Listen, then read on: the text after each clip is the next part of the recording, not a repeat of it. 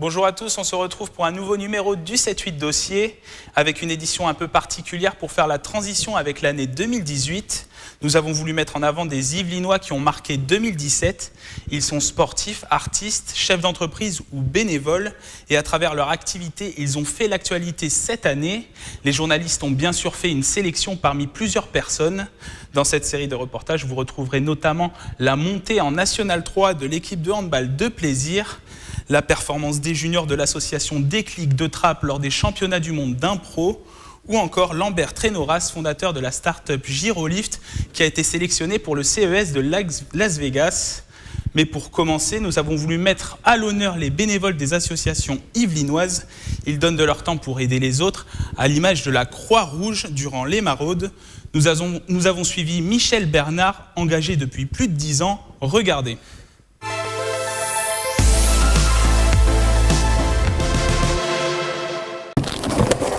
On est en train de préparer le matériel nécessaire pour la maraude.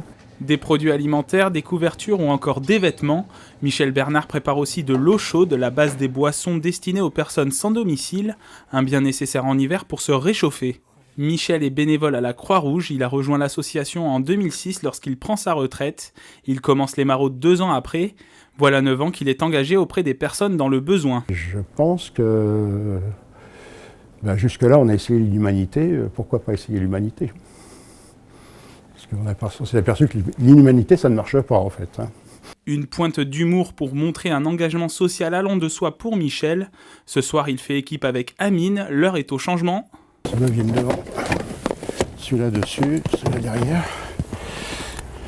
Avant de partir, Michel contacte la régulation du 115. Ce service du SAMU social directement en lien avec les personnes sans abri oriente les bénévoles sur le terrain.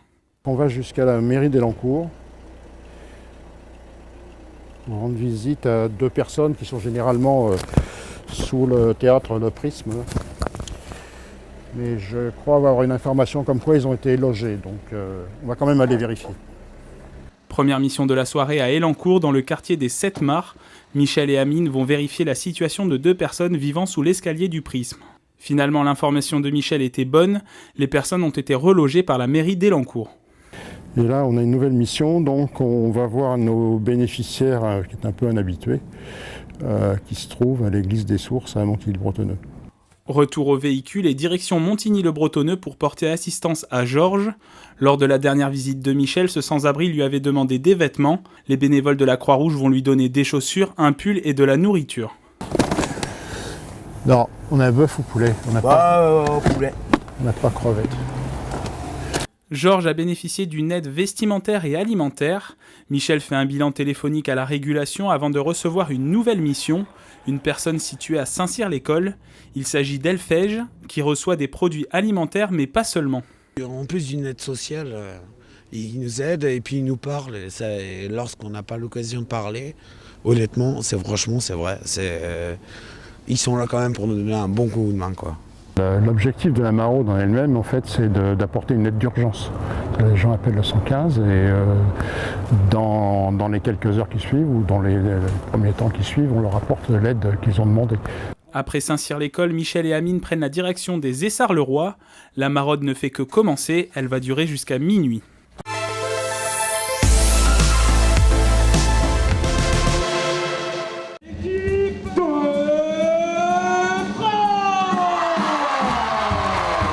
Une 3e édition qui couronne les jeunes de Trappes. En avril dernier, ils deviennent champions du monde d'improvisation junior. Face à eux, les Québécois.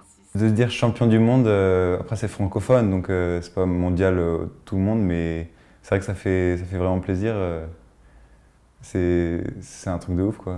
Je me rappelle pas toutes les impros qu'on a fait et toutes les impros que j'ai faites, mais moi j'ai joué le match avec les Suisses. Et le match avec les Suisses était vraiment cool.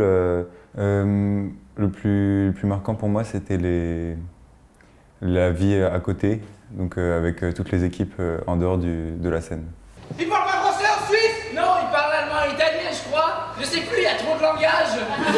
C'est à n'y rien comprendre. Des rencontres avec d'autres juniors francophones pour ce 3e mondial, la Suisse, le Québec et la Belgique. 4 jours de compétition avec une soirée de gala. Je retiendrai l'image du match des étoiles où en fait on a l'ensemble des jeunes et des organisateurs qui étaient sur le plateau, une image de fin. On peut retrouver sur Facebook avec un joli merci. Et les coachs qui travaillent au quotidien toute l'année pour organiser entre autres ces mondiaux-là et qui ont dit leurs derniers mots, voilà, de salut, de remerciement au public trappiste. Une victoire mondiale à l'image de cette année 2017, marquée par des rendez-vous riches en trophées. On peut retenir que c'est l'année où on a fait le plus de spectacles cette année, de toute l'histoire de la compagnie. Donc ça reste quelque chose d'assez important. L'équipe de Trappes intercollège a remporté le trophée culture et diversité et que le SICMIT a été remporté par un collège de Trappes. Et que en plus, cerise sur le gâteau, les épices, les adultes amateurs ont remporté la Baston Jovial qui est un tournoi parisien. Voilà. Donc pour nous, c'est une année assez complète à plusieurs niveaux. Si l'année 2017 touche à sa fin, la saison culturelle de la compagnie continue avec un rendez-vous immanquable, le mondial d'impro junior en avril. Il faudra faire ses valises direction le Québec.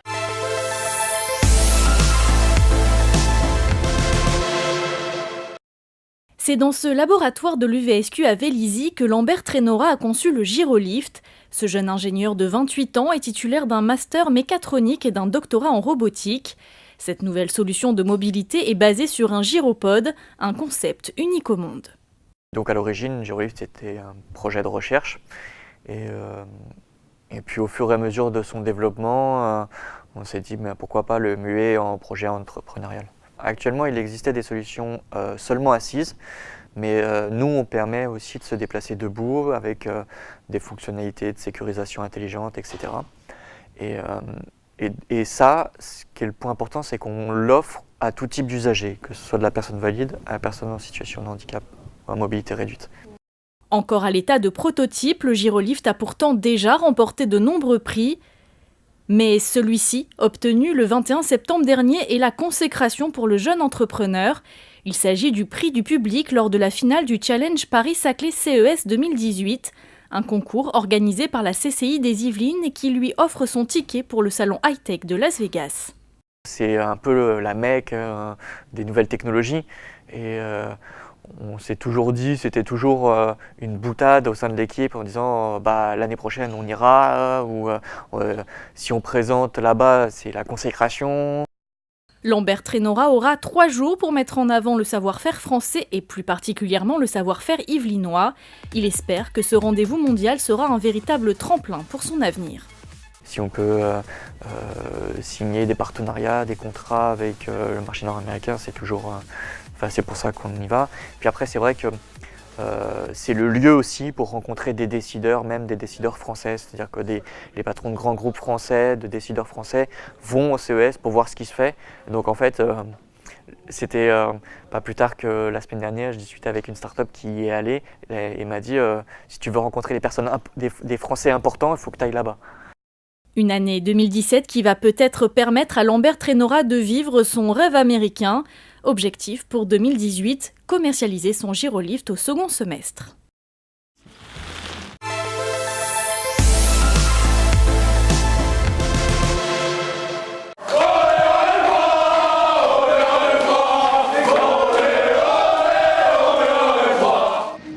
« 2017, année de la consécration pour le Plaisir Handball Club. Après avoir lutté pour la montée pendant 6 ans, les Plaisirois ont enfin validé leur ticket pour la Nationale 3 en mai dernier en s'imposant contre Draveil à domicile. L'équipe termine première du classement avec une seule défaite au compteur. Donc je pense que ça représente énormément pour le public, pour le club, les anciens du club, tous les dirigeants, les bénévoles, les petits, enfin c'est vraiment une grande famille, c'est pour tout le monde. Voilà, c'est pas que nous, c'est pas que les 12, c'est vraiment un club qui a vécu ce moment-là tous ensemble.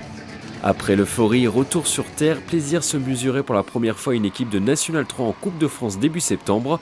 Après un match serré, les Plaisirois sont finalement éliminés par le club d'ici au tir au but. Le score 28-27, une défaite formatrice pour le groupe.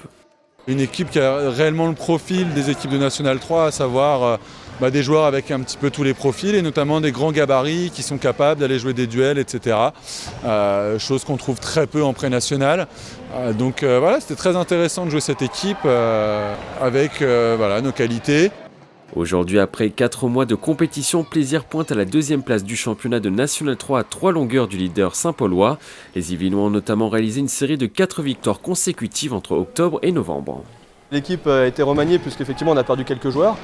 Le fait d'avoir perdu ces quelques joueurs n'ont pas changé l'état d'esprit du groupe. L'état d'esprit est toujours positif, les mecs s'entraînent sérieusement, on s'entraîne sérieusement et donc cette 2e place au championnat, je pense qu'elle est méritée. Maintenant on sait que ça va être dur de la garder, mais à nous de nous battre et continuer sur cet état d'esprit qui est pour l'instant irréprochable avec cette bande de potes.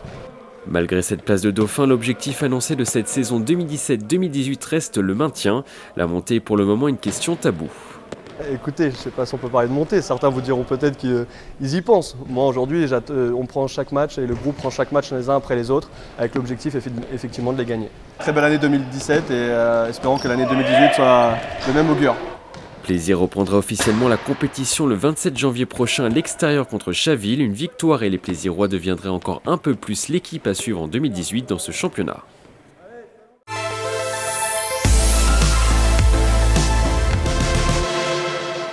C'est la fin de ce 7-8 dossier. Merci de nous avoir suivis. Je vous souhaite mes meilleurs vœux pour cette année 2018. Vous pouvez nous retrouver sur notre application mobile ou sur le site internet de TV78.